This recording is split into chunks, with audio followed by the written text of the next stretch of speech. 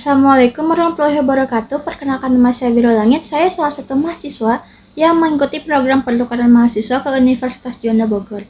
Di sini saya akan mereview sedikit materi yang sudah disampaikan oleh Ibu Ika Darmika SHMH pada pertemuan ketiga juga pertemuan keempat. Pada pertemuan ketiga, Ibu Ika kembali menunjuk 2 orang untuk melakukan presentasi tugas PPT yang sudah dibuat. Dan kebetulan saya salah satu dari 2 orang tersebut. Di pertemuan ketiga ini, saya menjelaskan mengenai sejarah hukum pidana yang berlaku di Indonesia, definisi hukum pidana menurut beberapa ahli dan hubungan hukum pidana dan kriminologi. Sejarah berlakunya hukum pidana di Indonesia dibagi menjadi 4, yaitu yang pertama zaman VOC, yang kedua zaman Hindia Belanda, yang ketiga zaman Jepang, dan yang keempat zaman kemerdekaan.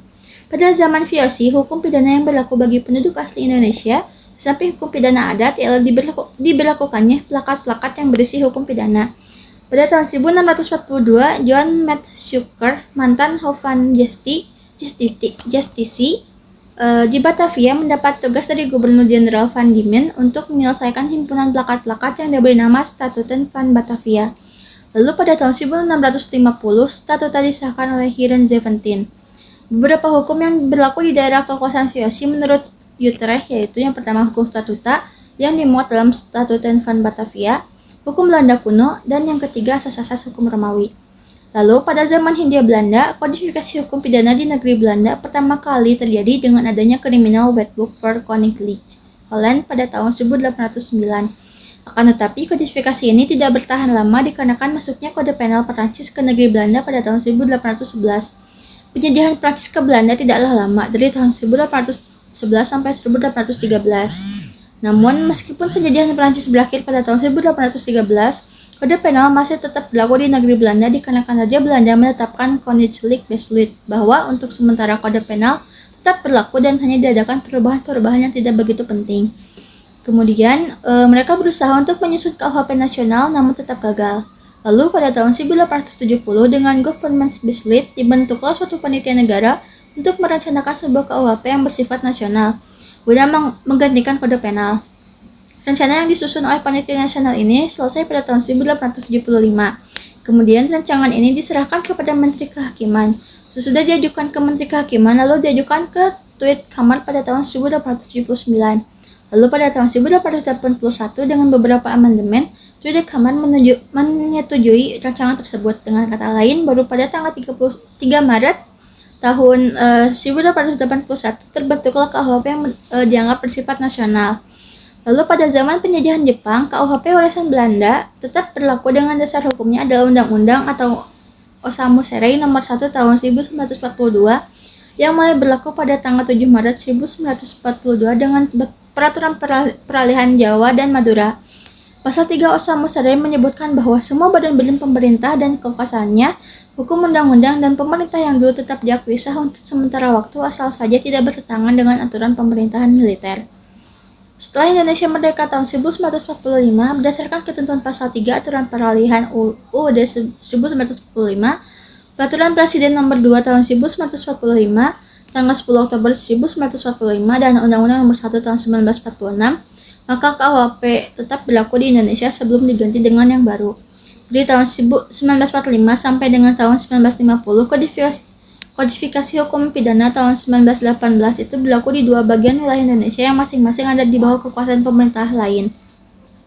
Kedua pemerintah itu adalah Pemerintah Republik Indonesia atau RI tahun 1945 di Yogyakarta dan Pemerintah Hindia Belanda di Jakarta yang menduduki sebagian wilayah RI tahun 1945. Kedua pemerintah tersebut masing-masing mengadakan perubahan yang tidak sama dalam kodifikasi hukum pidana. Pemerintah RI di Yogyakarta mengadakan perubahan dalam kodifikasi itu menurut Undang-Undang RI tahun 1946 nomor 1. Sedangkan pemerintah Hindia Belanda mengadakan perubahan-perubahan menurut LNHB 1945 nomor 135, LNHB tahun 1946 nomor 76, LNHB tahun 1947 nomor 180, LNHB tahun 1948 nomor 169, LNHB tahun 1949 nomor 1 dan nomor 258. Setelah pemulihan kedaulatan pada tanggal 27 Desember tahun 1949, hukum peralihan di wilayah Indonesia berlaku 2 kodifikasi hukum pidana yang tidak sama. Di bagian wilayah Indonesia yang menjadi bekas daerah RI tahun 1945 yang ada di bawah pemerintah Yogyakarta, serta di bagian wilayah Indonesia yang menjadi bekas daerah-daerah pemulihan berlaku KUHP tahun 1946, yaitu kodifikasi hukum pidana yang diubah menurut UU RI tahun 1946 nomor 1 dengan materi hukum pidana yang ada pada tanggal 8 Maret tahun 1942. Kemudian, dengan dikeluarkannya Undang-Undang tahun 1958 nomor 73, LN 1958 nomor 127 pada tanggal 29 September 1958, yang menyatakan berlakunya UU RI tahun 1946 nomor 1 untuk seluruh wilayah Indonesia untuk merubah KUHP. Badan pluralisme dalam lapangan hukum pidana ini berakhir dan memperoleh unifikasinya. Sejak saat itu, Indonesia berlaku satu KUHP, yaitu KUHP tahun 1946. Rancangan KUHP baru pada saat ini Indonesia telah memiliki RUU KUHP baru tahun 1999 sampai tahun 2000 dengan sistematika buku ke-1 mengenai ketentuan umum bab 1 sampai dengan bab 6, pasal 1 sampai pasal 192, lalu buku kedua tindak pidana bab 1 sampai dengan bab 33, pasal 193 sampai pasal 647. Dalam menimbang RUU KUHP tersebut menyatakan bahwa untuk mewujudkan upaya pembaharuan hukum nasional negara RI yang berdasarkan Pancasila dan Undang-Undang 1945, serta untuk menghormati dan menjunjung tinggi hak asasi manusia antara lain perlu disusun hukum pidana nasional untuk menggantikan KUHP sebagai produk hukum pemerintahan zaman kolonial Hindia Belanda. Bagian menimbang huruf A. Lalu bagian menimbang huruf B menyebutkan bahwa materi hukum pidana nasional tersebut harus disesuaikan dengan politik hukum, keadaan, dan perkembangan kehidupan berbangsa dan bernegara bangsa Indonesia. Definisi hukum pidana menurut beberapa ahli. Yang pertama, menurut Profesor Mulyatno SH, hukum pidana adalah bagian dari keseluruhan hukum yang berlaku di suatu negara yang mengadakan dasar-dasar dan aturan untuk yang pertama menentukan perbuatan-perbuatan mana yang tidak boleh dilakukan, yang dilarang, dengan disertai ancaman atau sanksi yang berupa pidana tertentu bagi barang siapa melanggar larangan tersebut. Yang kedua, menentukan kapan dan dalam hal-hal apa kepada mereka yang telah melanggar larangan-larangan itu dapat dikenakan atau dijatuhi pidana sebagaimana yang telah diancamkan. Yang ketiga, menentukan dengan cara bagaimana pengenaan pidana itu dapat dilaksanakan apabila ada orang yang disangka telah melanggar larangan tersebut.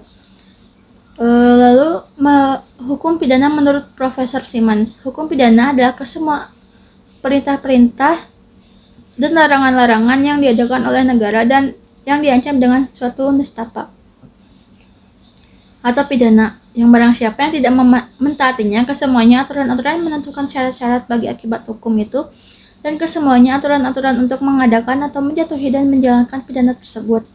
Menurut Profesor Van Hammel, hukum pidana adalah semua dasar-dasar dan aturan-aturan yang dianut oleh suatu negara dalam menyelenggarakan ketertiban hukum, yaitu dengan melarang apa yang bertentangan dengan hukum dan mengenakan suatu nestapa kepada yang melanggar larangan-larangan tersebut. Hukum pidana dengan kriminologi. Hukum pidana mempelajari norma-norma atau kaedah-kaedah yang mengatur tentang kejahatan.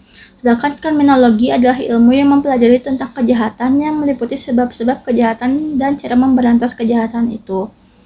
Objek ilmu pengetahuan hukum pidana adalah mempelajari asas-asas yang menjadi dasar dari peraturan-peraturan hukum pidana yang berlaku, yaitu hukum pidana positif, serta mencari hubungan antara asas yang satu dengan asas lainnya, kemudian menyusun asas-asas tersebut dalam suatu sistem agar dapat dipahami makna dan tujuan dari hukum pidana yang berlaku. Kriminologi mula-mula sebagai ilmu pembantu bagi hukum pidana, namun dalam perkembangannya, sekarang kriminologi merupakan bagian dari ilmu sosial. Namun demikian, hukum pidana tetap mempunyai hubungan yang erat dengan kriminologi, karena kedua ilmu itu bertemu pada sasaran yang sama, yaitu mengenai kejahatan. Hukum pidana mengatur kejahatan dan kriminologi mempelajari kejahatan. Adapun perbedaan hukum pidana dan kriminologi ialah hukum pidana bersifat normatif atau dogmatif deduktif, sedangkan kriminologi bersifat empiris induktif. Lalu pada pertemuan keempat, Ibu Ika tidak memberikan materi mengenai apapun dikarenakan dilakukannya tes formatif. Cukup sekian dapat saya sampaikan, kurang lebihnya mohon dimaafkan. Billahi taufiq wal hidayah. Wassalamualaikum warahmatullahi wabarakatuh.